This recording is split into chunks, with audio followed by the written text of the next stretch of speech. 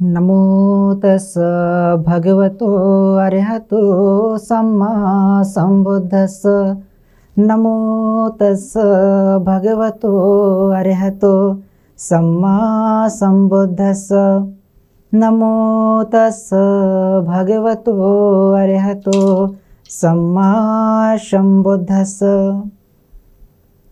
महाकारुणिक लोक गुरु तथागत सम्यक संबुद्ध को कोटिशाह वंदन करता हूँ। तत्पश्चात धम्म को गतिमान करने वाले समस्त भिक्षु भिक्षुनियों को वंदन। तत्पश्चात धम्मराजा सम्राट अशोक, महेंद्र संघमित्रा के प्रति कृतज्ञता ज्ञापित करता हूँ। तत्पश्चात राष्ट्रपिता ज्योतिबा फूले, माता सावित्रीबाई फूले के प्रति कृतज्ञता ज्ञापित करता हूँ। साथ ही परम पूज्य बोधिसत्व बाबा साहब को वंदन करता हूँ, जिनके माध्यम से पुनः भारत में धम्म फैला और सभी को एक साथ एक समान अधिकार मिला। तो आज अपनी बात को हम शुरू करेंगे कि बौद्धों की क्या पहचान है, बौद्ध कैसे होते हैं। तो हम बात करते हैं पहले बौद्ध की, कि बौद्ध हम कहते तो हैं, लेकिन बौद्ध है क्या। हमें बौद्ध शब्द को ही समझना चाहिए, क्योंकि हम बुद्ध को मानना बौद्ध नहीं हो जाता। कि हम बुद्ध को मान लें तो ये हुआ कि चलो हम बौद्ध हो जाते हैं। बुद्ध को मानने के बाद हम एक व्यक्ति के प्रति आस्था रखते हैं। तो जब व्यक्ति के प्रति आस्था रखते हैं तो हम उसके मानने वाले हो जाते हैं, उसके फॉलोअर्स हो जाते हैं। लेकिन बात हम करते हैं बौद्ध की, कि हम बौद्ध हैं। तो बुद्ध के मानने वालों को हम मुख्यतः बौद्ध कहते हैं, लेकिन उसमें कुछ गुण होने चाहिए। जो बुद्ध को मानते हैं, जो अपने आप को बौद्ध कहते हैं, उसमें गुण आने चाहिए। और गुण ऐसे होने चाहिए कि जब वो व्यक्ति जो अपने आप को बौद्ध कह रहा है, तो जब निकल करके किसी रास्ते से जाए, किसी के घर जाए या उस व्यक्ति के घर में कोई आए, तो उसे ऐसा लगना चाहिए कि मैं किसी व्यक्ति के घर आया। या जो अपने आप को बौद्ध कह रहा है, उसे ऐसा लगना चाहिए, उसके जाने के बाद उसको लगना चाहिए कि हमें कोई देख करके हमसे कुछ प्रेरणा ले रहा है। क्योंकि हम कह देना हम बौद्ध हैं, नहीं। आप जो अपने आप को बौद्ध कह रहा है व्यक्ति, जब वो किसी के घर जाता है तो उसे ऐसा उस व्यक्ति को लगना चाहिए कि हमारे घर कोई आया। क्योंकि आते तो सभी लोग हैं, रिलेटिव आते हैं, बहुत सारे लोग आते हैं, लेकिन जो बौद्ध कह रहा है, हम बात करते हैं बौद्ध की। क्योंकि बौद्ध आचरणशील होता है। और आचरणशील अर्थात जब हम देखते हैं अपने आचरण को या बौद्ध बनने के आचरण को, तो उस चीज़ के लिए बुद्ध ने कुछ मार्ग बताया कि आप बौद्ध कैसे दिख सकते हैं। एक मानना और दिखना दोनों बहुत अलग अलग बातें हैं। एक तो आप मानते हैं और दूसरा बौद्ध दिखते हैं। क्योंकि मानने वाला बौद्ध हो सकता है और दिखने वाला भी बौद्ध हो सकता है। आप दिखावा कर सकते हैं। आप बुद्ध की पूर्णिमा जैसे आती है, जिसे हम वैशाख पूर्णिमा कहते हैं, धम्मचक्र प्रवर्तन दिवस आता है जिसे हम आषाढ़ी पूर्णिमा या गुरु पूर्णिमा कहते हैं। उस दिन बुद्ध की बहुत पूजा कर लेना, अपने विहारों पर बहुत शालीनता के साथ, बहुत श्वेत वस्त्रों के साथ बहुत लोगों को खाना खिला देना, ये बौद्ध की निशानी नहीं है। ये एक प्रकार का दिखावा भी तो हो सकता है। क्योंकि जब आप प्रोग्राम कर रहे हैं, आप विहारों पे अच्छा सजावट कर रहे हैं, तो हो सकता है ना कि आपके अंदर चलो ठीक है, बुद्ध की पूर्णिमा आ गई है, बुद्ध के प्रति आपको हल्का श्रद्धा जगी, आपने दिखा दिया। लेकिन क्या वो चीज़ आचरण में है? अब आचरण में लाने के लिए बुद्ध ने जो सील दिया, जिसे हम पंचशील, आप सभी के लिए है। विश्व का कोई भी व्यक्ति है, उसके लिए बुद्ध ने पंचशील दिया। और उन पंचशीलों का पालन जो व्यक्ति करता है, उसको अपने आचरण में उतरता है। क्योंकि धम्म ही है बुद्ध का आचरण करने वाला। किसी व्यक्ति को बताना नहीं कि अरे हम पेंसिल का पालन कर रहे हैं। आप उसका कितना अपने अंदर पालन कर रहे हैं। जैसे बुद्ध ने दे दिया ना पहला से कि पानाति पाता वीरमणि सिक्खापदं समाधियामि। तब इस बात को दूसरों को दिखावा ना करना कि हम क्या कर रहे हैं, पानाति पाता वीरमणि सिक्खापदं समाधियामि, अर्थात कि हम किसी की हत्या नहीं कर रहे हैं, किसी की हिंसा नहीं कर रहे हैं। ये अब दिखावा भी तो कर सकते हैं, लेकिन बाद में क्या होगा, आप जब कोई नहीं देख रहा आप किसी की हत्या कर दिए, लेकिन दिखावा क्या कर रहे हैं कि हम तो सीलों का पालन करते हैं। नहीं, आपको उस चीज को न अकेले में रहते हुए न किसी के साथ में रहते हुए उसका पालन करना है, तब आप वास्तव में बौद्ध दिखेंगे। पहला तो आप पंचशील का पालन करेंगे, पंचशील का पालन जो बुद्ध ने पंचशील दिया है। इसके बाद जो समय समय पर बुद्ध के द्वारा बताया गया जो मार्ग है, 4 आर्य सत्य है, आर्य अष्टांगिक मार्ग है, तो उनका भी पालन करना, उस मार्ग पर भी चलना, तब आप वास्तव में बौद्ध दिख सकते हैं, आप हो सकते हैं। क्योंकि दिखने के लिए बहुत सारे लोग हैं। जो बुद्ध को नहीं मानता, जो बाबा साहब को नहीं मानता, लेकिन वो क्या करता, बुद्ध पूर्णिमा के दिन आता, विहारों के लिए कुछ कह देता कि अरे मैं इस विहार के लिए इतना कर दूंगा। या फिर अंबेडकर जयंती आती है, उस दिन आकर के कह देना कि मैं बोधिसत्व बाबा साहब की जो प्रतिमा है मैं उस पर छत डाल दूंगा, मैं वहां बैठने की व्यवस्था कर दूंगा। तो क्या व्यवस्था कर देने मात्र से वो बौद्ध हो गया? नहीं हो जाता। क्यों नहीं हो जाता? उसके लिए कारण है ना, क्योंकि बुद्ध कहते हैं आपको आचरणशील बनना, क्योंकि बुद्ध का धम्म है धारेति धम्मा, कि अगर आपको बौद्ध वास्तव में होना है, आपको दिखना है, आपको लगे कि लोग हमें बौद्ध के रूप में ही जाने, तो आपको क्या होना चाहिए, दिखना चाहिए, आपके आचरण में वो चीज आ जानी चाहिए। तो आचरण में आएगा कैसे? इसके लिए मैंने जो भी आपको पंचशील बताया, पंचशील का पहला सील पानाति पाता वीरमणि। तो इस चीज का पालन तन और मन से पालन करना होगा। ऐसा नहीं कि आपने तन से तो दिखा रहे हैं लेकिन मन से नहीं कर रहे हैं, क्योंकि बुद्ध ने पानाति पाता का अर्थ यही नहीं दिया ना कि आप किसी की हत्या करते हैं। पानाति पाता का अर्थ हिंसा करना भी होता है। हिंसा और हत्या बहुत अंतर होता है वास्तव में, क्योंकि जब आप हिंदी की जो ग्रामर है उसको जब पढ़ते हैं तो आपको वास्तव में लगेगा उस समय कि आप क्या कर रहे हैं, आप हत्या कर रहे हैं, हिंसा कर रहे हैं। तो बहुत सूक्ष्म शब्द है, बहुत छोटा शब्द है। तो इसके लिए आप हत्या या हिंसा की अगर हम बात करते हैं तो हिंसा आप मन से करते हैं, लेकिन हत्या जब आप शरीर से कर देते हैं।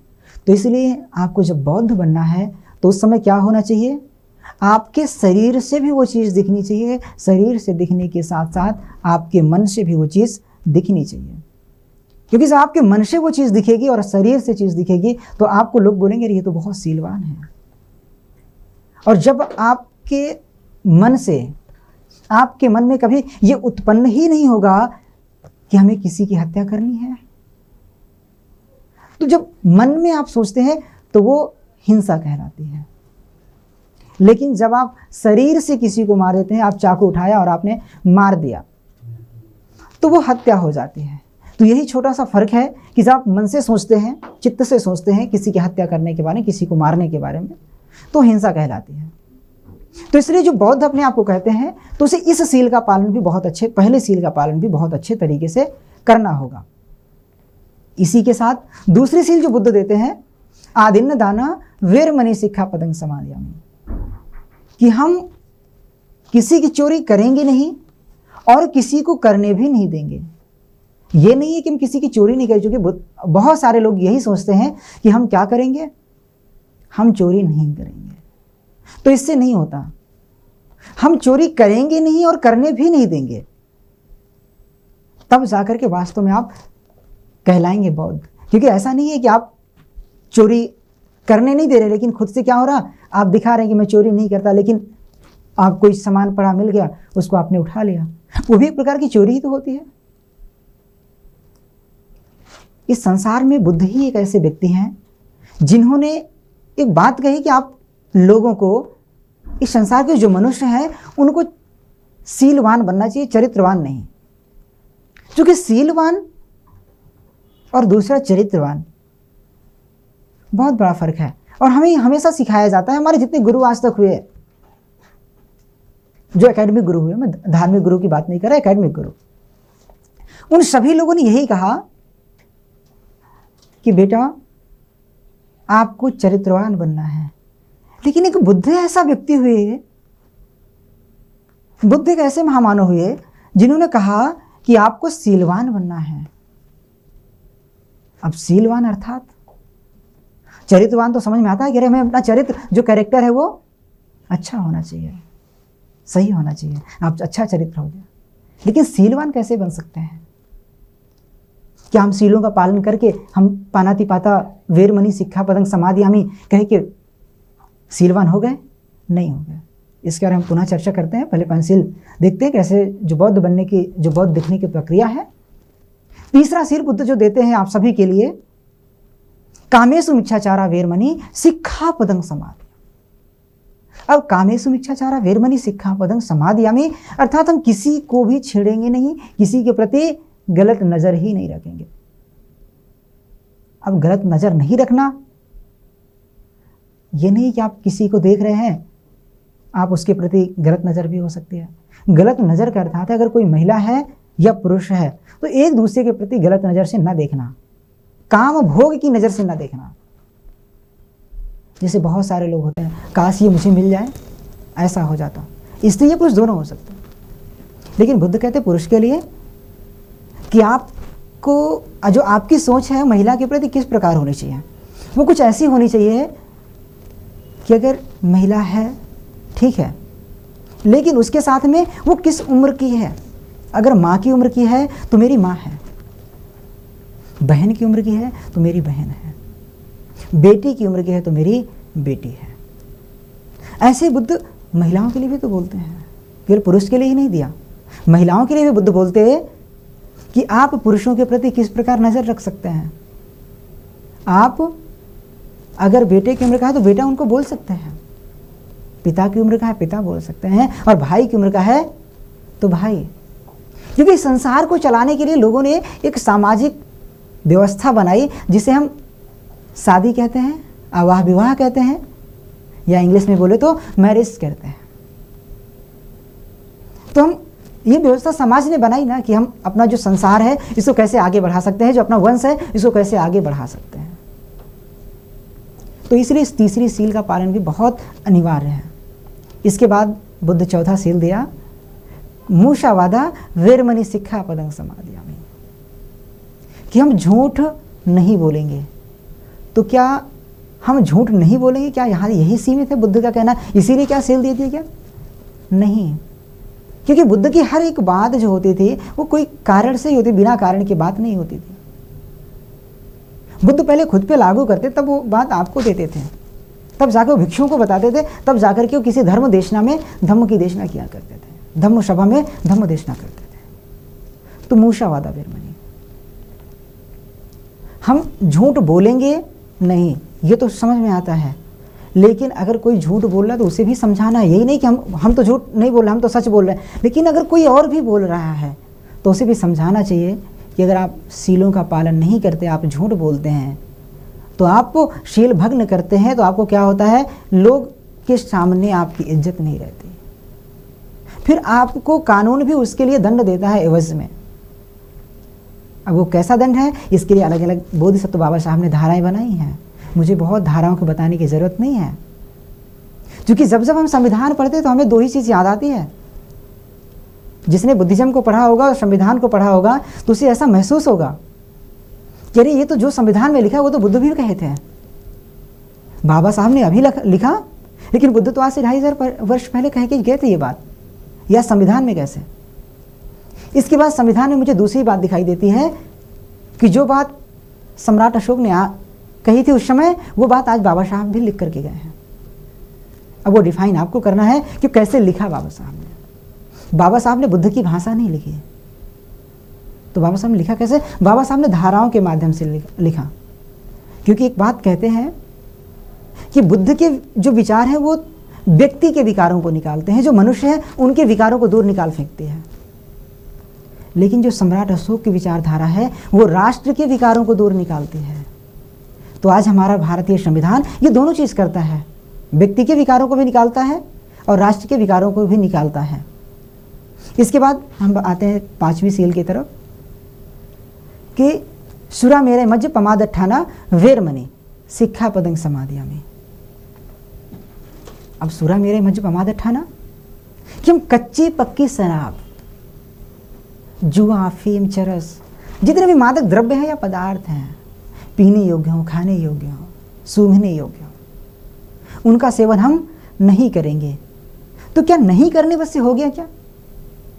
उसका अगर कोई कर रहा है उसको भी समझाएंगे कि इस चीज़ को नहीं करना चाहिए। और जब आप ऐसा समझाते हैं, आप इन 5 सीलों का पालन करते हैं, तो आपके आचरण में वो चीज़ दिखाई देने लगती है। जो मैंने पहले भी कहा कि आप के आचरण में आना चाहिए, वो चीज़ मन से भी झलक जानी चाहिए। जैसे कोई व्यक्ति प्रज्ञावान हो, बहुत ज्ञानवान हो, वो अपने ज्ञान को उजागर ना करता हो, तो उसका जो पहनावा, उसके बोलने का तरीका, उसके रहने का तरीका, उसके बात करने का तरीका, वो आपको झलक जाएगा कि वास्तव में ये व्यक्ति प्रज्ञावान है। लेकिन इसी के एवज में जिसे हम अनाड़ी कहते हैं, जिसे हम मूर्ख कहते हैं, बुद्ध की भाषा में अगर बात करें, पाली की भाषा में बात करें, जिसे हम बालानंद कहते हैं, यानी मूर्ख कहते हैं, उसके बात करने का जो तरीका है, उसके पहनने ओढ़ने का जो तरीका है, उसके रहने और खाने का जो तरीका है, आपको झलक जाएगा कि ये व्यक्ति क्या है, मूर्ख है। लेकिन जो व्यक्ति ज्ञानी होता है वह आपसे बात कैसे करता है, साथ में औरों से बात कैसे करता है, बड़ों से बात कैसे करता है और छोटे से बात कैसे करता है, ये झलक जाएगा। उसकी बात करने के तरीके से आप पता कर लेंगे कितना ज्ञानी है वो। लेकिन हाँ, आप तभी पकड़ पाएंगे जब आप भी उतना प्रज्ञावान होंगे। आपके पास जब भी ज्ञान होगा कि कैसा बोला, सही बोल रहा है, गलत बोल रहा है, जब आपके पास भी प्रज्ञा होगी, ज्ञान होगा, तभी तो आप समझ पाएंगे ना कि ये व्यक्ति कैसा अच्छा बोल रहा है। तो इसलिए जो व्यक्ति अपने आप को बौद्ध कहता है, तो उस व्यक्ति को पंचशील का जो पालन है वो मुख्य रूप से अनिवार्य होता है। और पंचशील का पालन अनिवार्य ही नहीं, उसे पंचशील का पालन इस प्रकार से करना होता है जैसे माँ अपने पुत्र से प्रेम करती है। अब माँ अपने पुत्र से कैसे प्रेम करती है आप सभी समझते हैं कि माँ का पुत्र के प्रति कितना प्रेम होता है। जैसे पिता पुत्र को प्रेम करता है, माता हमेशा दिखा देती है कि मैं अपने पुत्र को कैसे प्रेम करती, लेकिन पिता दिखाता क्या? नहीं दिखाता, लेकिन फिर भी अपने पुत्र पुत्री से प्यार बहुत करता। वैसे ही हमें अपने सीलों के प्रति सजग होना होगा। जैसे माँ बेटे के प्रति अगर कोई गलत आरोप लगाता है, उसे हमेशा सिद्ध करने का कि मेरा बेटा गलत नहीं है, उसे सिद्ध करने का हर संभव प्रयास करती है माँ। वैसे ही हमें भी इन सीलों का प्रयास, जो पालन करने का जो प्रयास है, इस कदर करना होगा कि कभी कोई ये ना कह पाए कि अरे आप तो हत्या करते हैं, आप तो चोरी करते हैं, आप तो झूठ बोलते हैं, और फिर भी अपने आप को कह रहे हैं कि हम बौद्ध हैं। और आप ये भी कहते हैं अरे मैं तो बुद्ध को मानता हूँ, बाबा साहब के विचारों को मानता हूँ। नहीं हो सकता ना। जब आप पंचशील का पालन पूर्ण रूप से करेंगे, एक तो ये हो गया आचरण में आने की चीज़ कि अब आप जब पंचशील का आचरण लेते आएंगे। ऐसा नहीं होना चाहिए ना कि आपने शराब को पी लिया और इसके बाद बाबा साहब के नारे लगाना शुरू कर दिए, अरे बाबा तेरा मिशन अधूरा, हम सब मिलकर करेंगे पूरा। तो क्या नारा लगाने से हो जाएगा बुद्ध या बाबा साहब का मिशन पूरा? नहीं हो जाता ना। इसके लिए हमें अपने कर्म करने पड़ते हैं। तो सबसे पहले मैंने जो बताया, सीलवान बनना। दूसरा जो पहचान होती है, आप वस्त्र कैसे पहनते हैं, आप किस समय कैसा वस्त्र पहनते हैं। ऐसा नहीं कि आप विहार जाते हैं, पूर्णिमा मना रहे हैं, कोई भी प्रोग्राम कर रहे हैं, उस समय बहुत ही भड़कीले कपड़े पहन लिए आपने। नहीं ऐसा होता। उसके लिए आपको कोशिश करना चाहिए कि हम कैसे वस्त्र पहने, श्वेत और शालीन वस्त्र पहने। जब आप इन श्वेत शालीन वस्त्रों को पहनते हैं तो आप लगने लगते हैं कि हाँ बौद्ध दिख रहे हैं। क्योंकि आज अगर हम बात करते हैं श्रीलंका, थाईलैंड, म्यांमार, ब्रह्मदेश जिसे हम कहते हैं, इस जगह के उपासक जब भारत घूमने आते हैं, ये आप यहाँ से उनके यहाँ घूमने चले जाइए तब भी वो हमेशा श्वेत शालीन वस्त्रों में मिलते हैं। क्या उनके यहाँ लाल या पीले कपड़े पहनने के लिए कम है क्या? नहीं।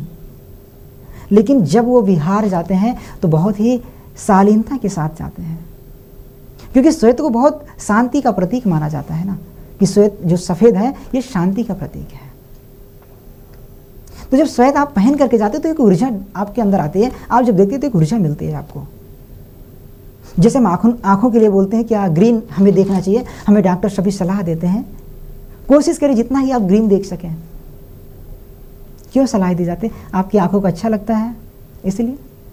लेकिन जब आप श्वेत देखते हैं, सफ़ेद ही सफ़ेद देखते हैं, तो आपको एक अलग ऊर्जा मिलती है, आपको ऊर्जा मिलती है। ये आप कैसे मिलती है इसके लिए हम आगे बात करेंगे। तो इसके बाद सफ़ेद कपड़े हो गए और हमारा आचरण हो गया। इन दोनों चीज़ों को अगर कोई व्यक्ति बहुत अच्छे तरीके से पालन कर रहा है तो वास्तव में क्या होगा? बौद्ध कहलाने लायक होगा। क्योंकि हजारों लाखों लोग तो बौद्ध कहते हैं ना, अपने आप को कहते हैं ना कि हम बाबा साहब को बहुत मानते हैं, बुद्ध को बहुत मानते हैं, हम अशोक को बहुत मानते हैं। लेकिन वास्तव में क्या वो मानते हैं? हाँ, इतना मानते हैं, उनके जानते हैं कि हाँ बाबा साहब कोई हुए थे, अशोक कोई हुआ था, कोई राजा हुआ था इस भूभाग पर। लेकिन वास्तव में उनके विचारों को मानना है।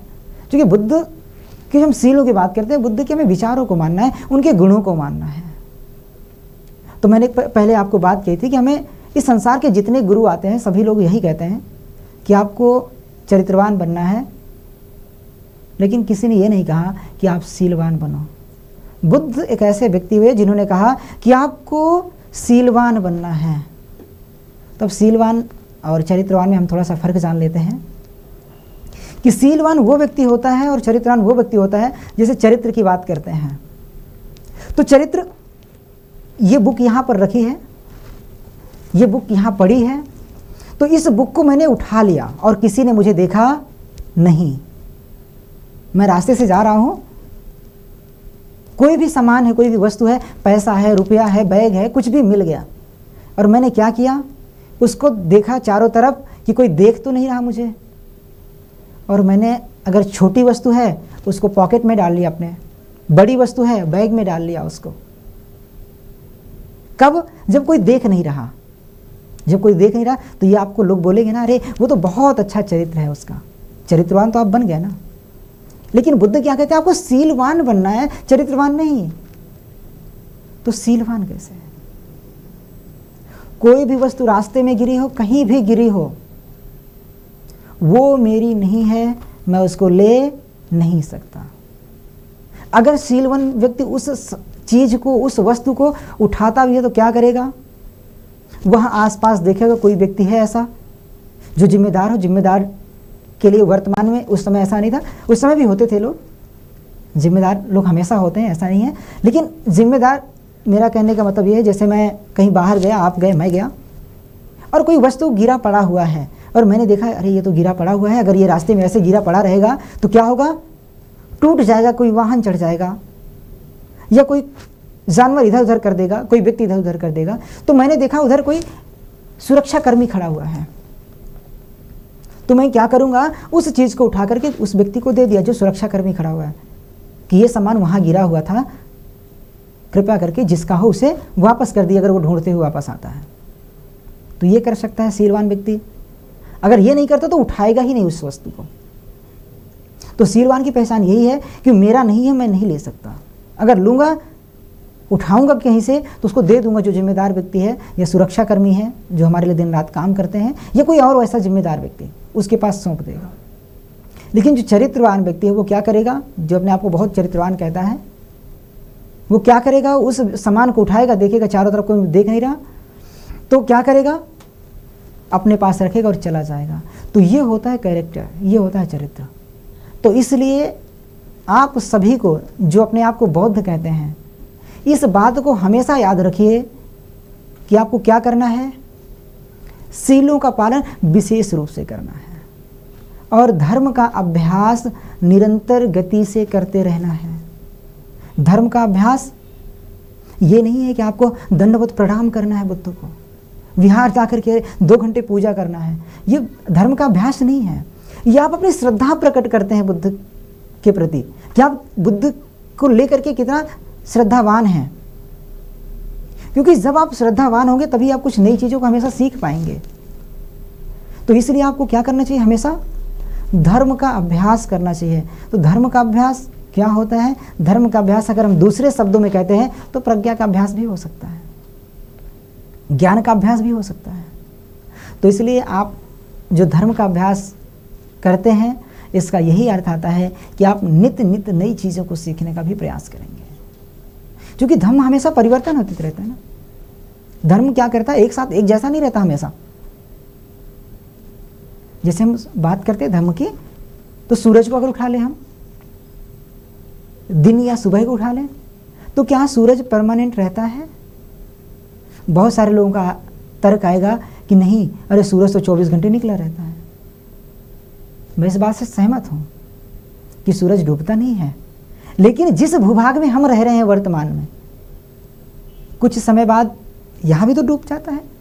सुबह निकलता है, शाम को तो अस्त हो जाता है।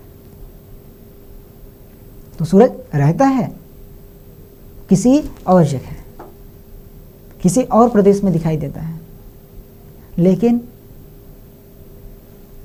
हम जो बात कर रहे हैं कि कहीं और रह रहा है, तो ये ठीक है, कोई दिक्कत नहीं। हमें जो धम्म है वो परिवर्तनशील तो है, अभी दिखाई दिया फिर सुबह निकलेगा। हम दूसरे चीज़ों को देख लें, आप तरह तरह के उदाहरण आपको मिल जाएंगे। इसके लिए हम चंद्रमा को देख लें, वो भी सुबह शाम को आपको दिखाई देता है, कभी छोटा दिखाई देता है, कभी बड़ा दिखाई देता है। अपनी वो गति पर क्या होता है, छोटा बड़ा होता रहता। तो क्या एक जैसे रहता है चंद्रमा? नहीं रहता ना। क्या अगर हम बात करते सुबह ऐसी रहे या रहेगी? क्या नहीं रह सकती। शाम वैसी रहे, नहीं रह सकती। अगर हम ध्रुवों की बात कर लें, वहां भी तो नहीं रहता ना ऐसा। कुछ समय रात रहती है, कुछ समय 6 महीने दिन, 6 महीने रात रहता है। तो भौगोलिक है, जैसे भूगोल बदल रहा है, जैसे भौगोलिक कारण बदल रहे हैं, वैसे व्यक्ति का स्वभाव भी बदलता रहता है, धम्म भी निरंतरता से बदलता रहता है। क्योंकि बुद्ध ने कहा ना, यहाँ जो जो चीज़ है वो क्या है, परिवर्तनशील है। तो जब परिवर्तनशील है तो हमें भी अपने आचरण में परिवर्तन लाना पड़ेगा। हमें अपने जो आचरण कहते हैं ना, सीलों को लेकर के हमें सीलवान बनना पड़ेगा। और सीलवान तभी बनेंगे जब नई नई चीज़ों को सीखेंगे। एक तो पंचशील का पालन करें, वो तो ठीक है, लेकिन उसके साथ साथ में बहुत सारी चीज़ों को आपको परिवर्तन अपने अंदर लाना पड़ेगा। समाज के अनुरूप आपको ढालना पड़ेगा। समाज के अनुरूप ढालना ये नहीं कि वो समाज गलत है तो आप उसको उसी के हिसाब से, नहीं, आपको नई चीज़ दिखानी होगी। तो इस प्रकार से आप सभी लोग इस चीज़ को भली भांति समझ लें कि आप जब धम्म का पालन करते हैं, जब आप ये कहते हैं कि हम बौद्ध हैं, तो बौद्ध बनने के लिए या बौद्ध दिखने के लिए सबसे ज़रूरी होता है कि आप पंचशीलों का पालन करें, उपोषण का पालन करें और एक दूसरे के साथ मैत्री, सहयोग, करुणा जरूर रखनी चाहिए। क्योंकि एक बौद्ध के लिए हमेशा मैत्री जरूरी होती है कि दूसरे के प्रति मैत्री करता रहे, एक जो अपने से छोटे हैं उनके प्रति करुणा करता रहे। ये करुणा सब कोई नहीं कर सकता। जो व्यक्ति बड़ा है वो छोटे के ऊपर करुणा कर सकता है, बड़े के ऊपर मैत्री कर सकता है। तो इसलिए आप भली बात यही समझें कि हमें बौद्ध दिखने के लिए पुनः शीलों का पालन, श्वेत शालीन वस्त्र, मैत्री, करुणा, मुदिता का भाव मन में हमेशा हो। तो ऐसा जब आप रखते हैं तो आप उन्नति की तरफ जाते हैं। तो आज का प्रवचन यहीं से समाप्त होता है, यहीं से मैं अपनी बातों को विराम देता हूँ और आशा करता हूँ आप सभी कुशल होंगे। इसी के साथ भवतु शब्द मंगलम, भवतु शब्द मंगलम, भवतु सब मंगलम। साधु साधु साधु।